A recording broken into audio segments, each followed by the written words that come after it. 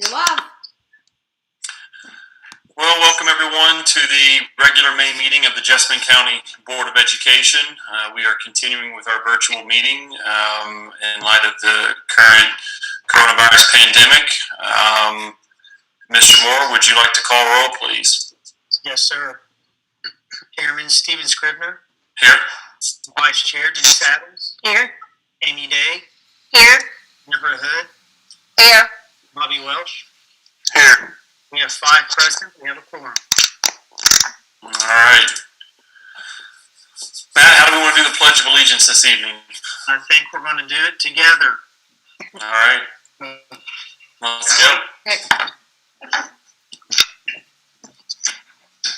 Pledge allegiance to the The flag. flag of the United States of America and to the republic for which it stands, one nation, indivisible, indivisible, with liberty and justice justice for all.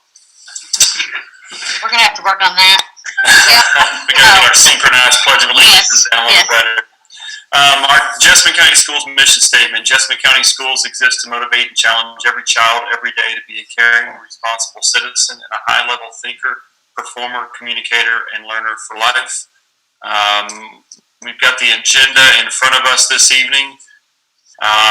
Do we have any changes to it, Mr. Moore? No, sir. Okay. Any board members have questions about it? No, sir. No. All right. I will make a motion that we approve the agenda as it currently is. Second. All those in favor say aye. Aye. Opposed say no. All right. Next item is approving board meeting minutes from the April 27th regular meeting and the April 29th special call meeting. I trust everyone's had a chance to look those over. Do we have any questions or comments, suggested revisions for those? Yes, sir. No. All right. I'll make a motion that we approve the board minutes from both of those meetings. Second. All those in favor say aye. Aye. Aye. Opposed say no. All right. Mr. Moore, we're into communications now. Construction update. Yes, sir. We don't have any construction updates, so I'll go ahead and go to superintendent's report. And you guys are going to be surprised that's the shortest one yet.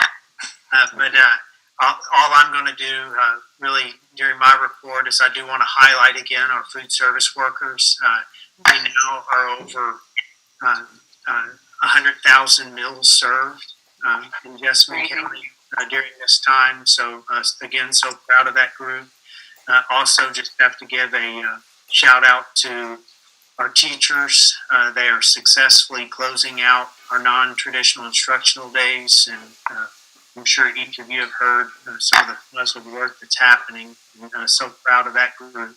And then I would just say in this meeting that I communicated in the work session with the Board of Education that our next shift is to focus on potential models for starting up next year following some of the recommendations that have been made by the Kentucky Department of Education.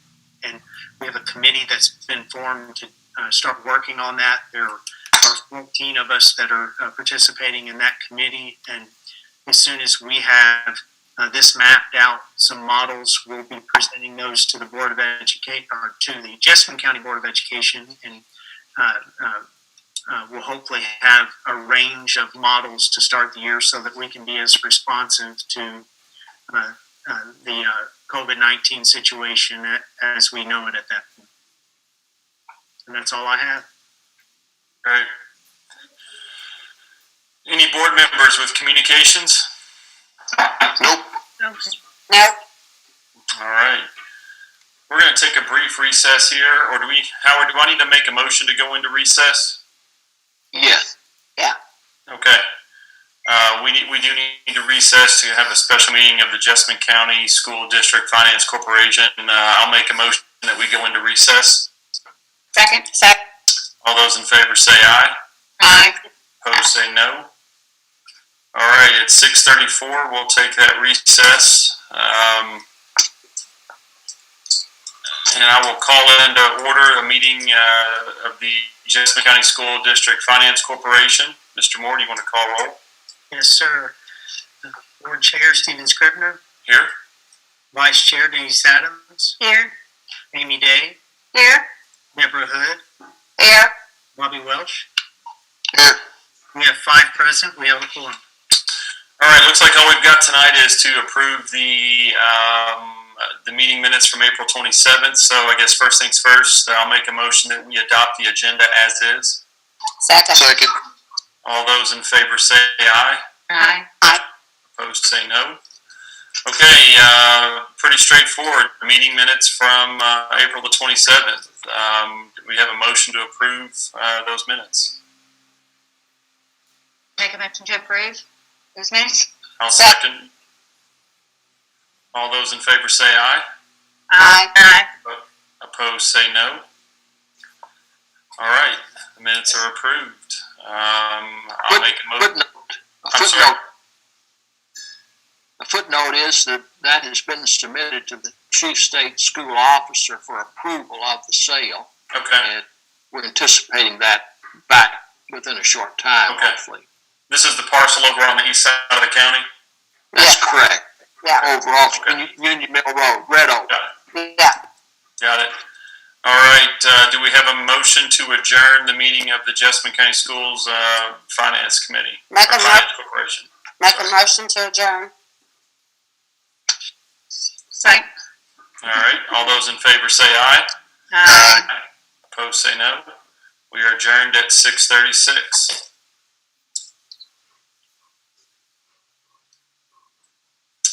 All right, at 6:37, we'll reconvene the regular meeting of the Jessamine County Board of Education. All right, Mr. Moore, do we have any questions or concerns? Anything else we need to know about the consent agenda for this week that we've all had a chance to look over? I will note that number 7, the Lamar Company digital board, that is a 1-month contract that we organized to recognize our teachers, our families, as well as our graduates. So hopefully you've had an opportunity to see those as you've driven by. But I just wanted to note that one since Absolutely. that's unique to this school year. Any questions or comments by board members on the consent agenda? Do we have one that specifically recognizes our lunch servers or lunch workers? Didn't do one specifically Okay. for them. Okay. No. Okay. I don't know. I do hear what you're saying. Yeah. We definitely need to recognize that group of How much they, put out there exactly what they've done in this short amount of time and what they've meant to our community, for our families and our kids. And we've thought of another way that we do want to recognize them that I don't necessarily want to share out right now, but we've been talking about ways to recognize different individuals and groups of individuals for their work. Gotcha. Sounds I mean, good.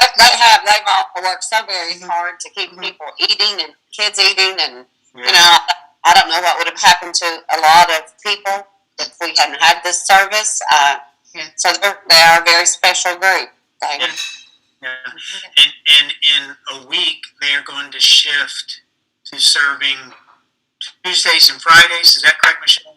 So Tuesdays and Fridays, and the advantage of that is by doing this, they're going to be able to add 2 more meals to the distribution.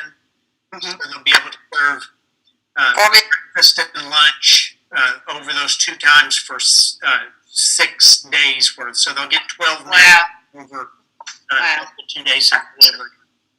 That's amazing. Yeah. It really is. So they'll get 6 days of meals on the Tuesday and the Friday.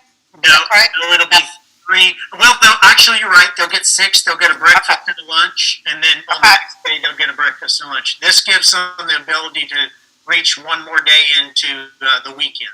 That's awesome. All right, do we have a motion to approve the consent agenda? Make a motion to approve the consent agenda? Get it, Amy. Second.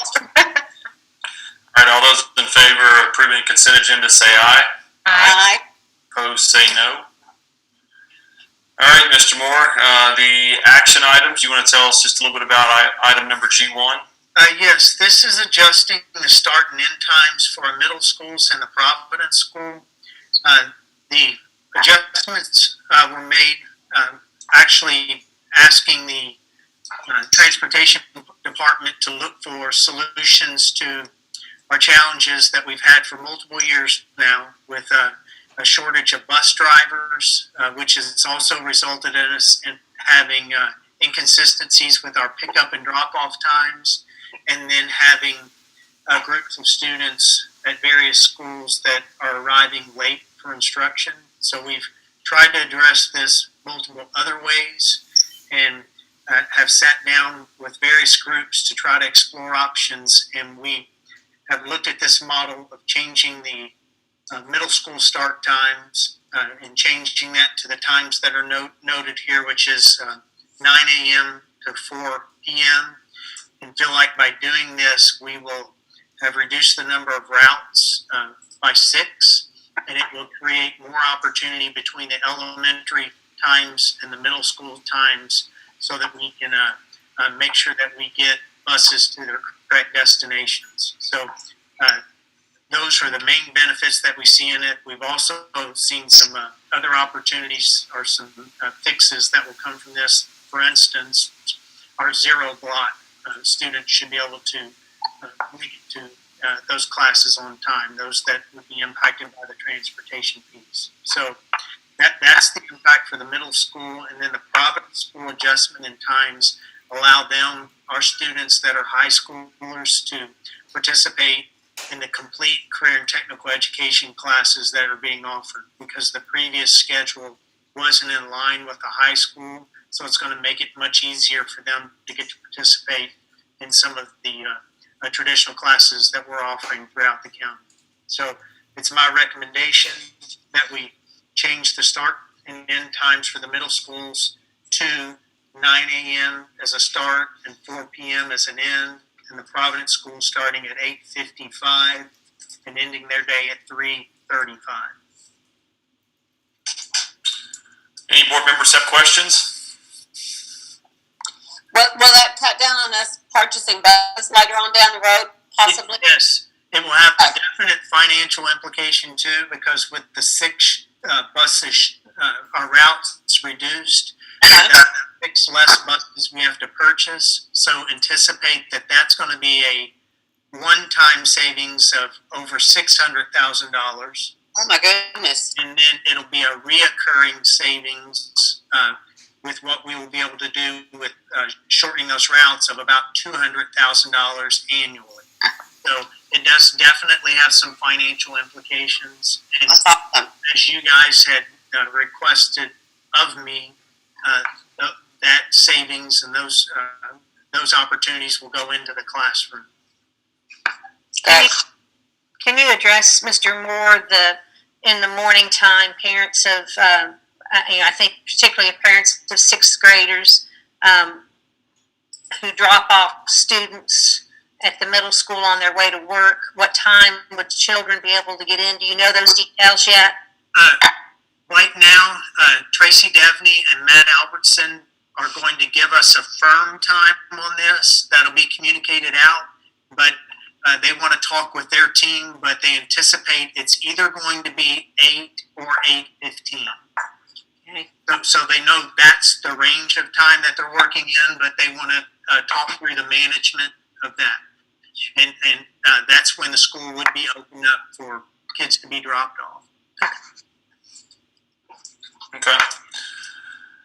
All right, do we have a motion to approve item G1 regarding school start and end times for middle schools? Make a motion to approve item G1. I'll second it. All those in favor say aye. Aye. Opposed say no. All right, Mr. Moore, item G2. Yes, these are some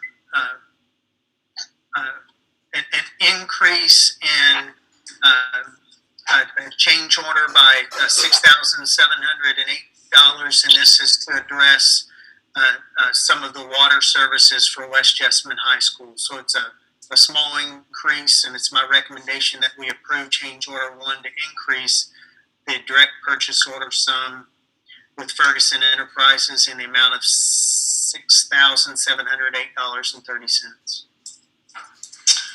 Any questions among board members? No. Looked All at. right, do we have a motion to approve item G2?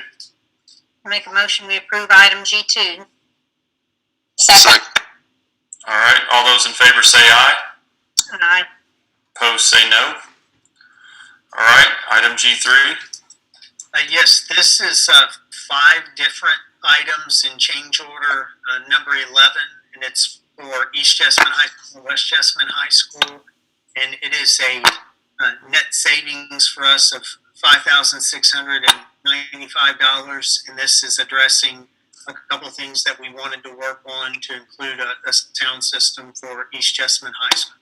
So it's my recommendation that the board approve change order number 11, decrease the construction contract sum in the amount of $5,695.24. Okay. Any questions for board members?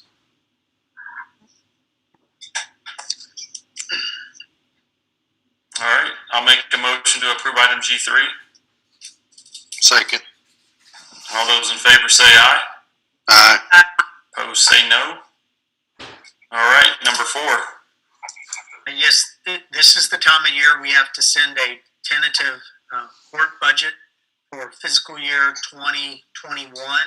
And Jason prepared this, and it is, again, a tentative working budget, and it really mirrors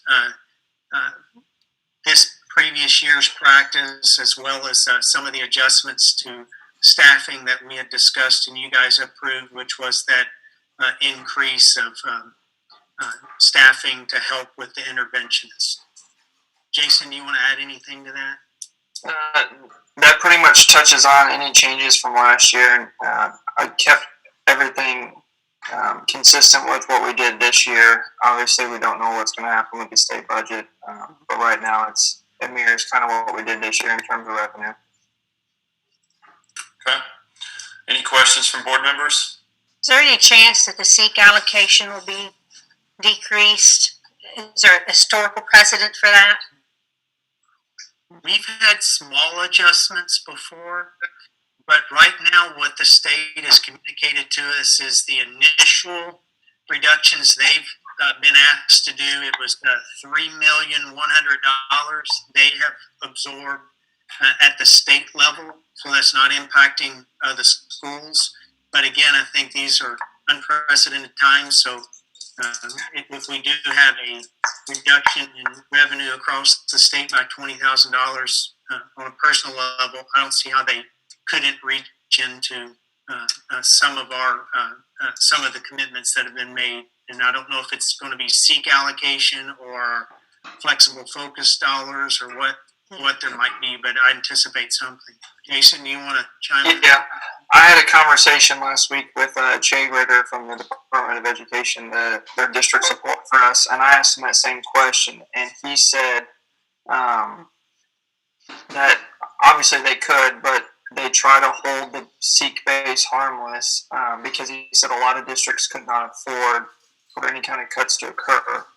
He did hint at what Matt just said with flex focus funds, potential for cut to transportation funds because districts can kind of make changes around that. But he said if they were to cut SEEK by $50 or $100, he said at this point in the game it would bankrupt some districts. So he hinted at it's not going to be touched, but there's always a possibility that flex focus, PD, everything else that isn't contingent on salaries, I guess, because some districts don't use it for salaries, it could be cut.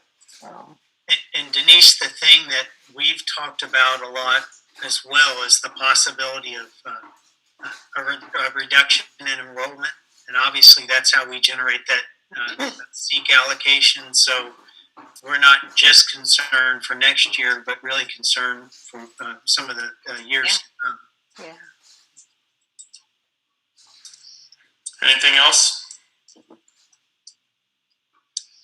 All right, I'll make a motion to approve item G4. Second. All those in favor say aye. Aye. Opposed say no. All right, next one, Mr. Moore. Yes, Val worked on action item number 5 and 6 up to the very last minute. He's been scrambling to get this information together, but what you received was the classroom technology equipment information, and we actually received the bids back. And for this particular item, it's my recommendation that we take the lowest bid, which is from CDW Government, to accept in the amount of $34,830. And this again is for classroom technology equipment for East and West High renovation. Any comments from board members? All right, do we have a motion to approve item G5? Make a motion to approve. Second. All those in favor say aye. Aye. Opposed say no. All right, number 6. This is the other part of the classroom technology equipment for both of our high schools that have to connect directly with the renovation. And for this particular one, after reviewing the bids, the lowest bid did not meet the requirements for interactive projectors. So the projectors quoted are not interactive as required by the bid documents. So therefore, we're recommending that we take the next lowest bid and accept it in the amount of $38,148. Any questions from board members? I'm sorry, what was the original amount? It actually was there was a lower bid than the 38,000, but it didn't meet the requirements that were specified in the bid. So this is actually the lowest one that meets the requirements. So this was the initial bid, but again, there was another company that had bidded lower, but it didn't meet that requirement. Understood. All right, do we have a motion?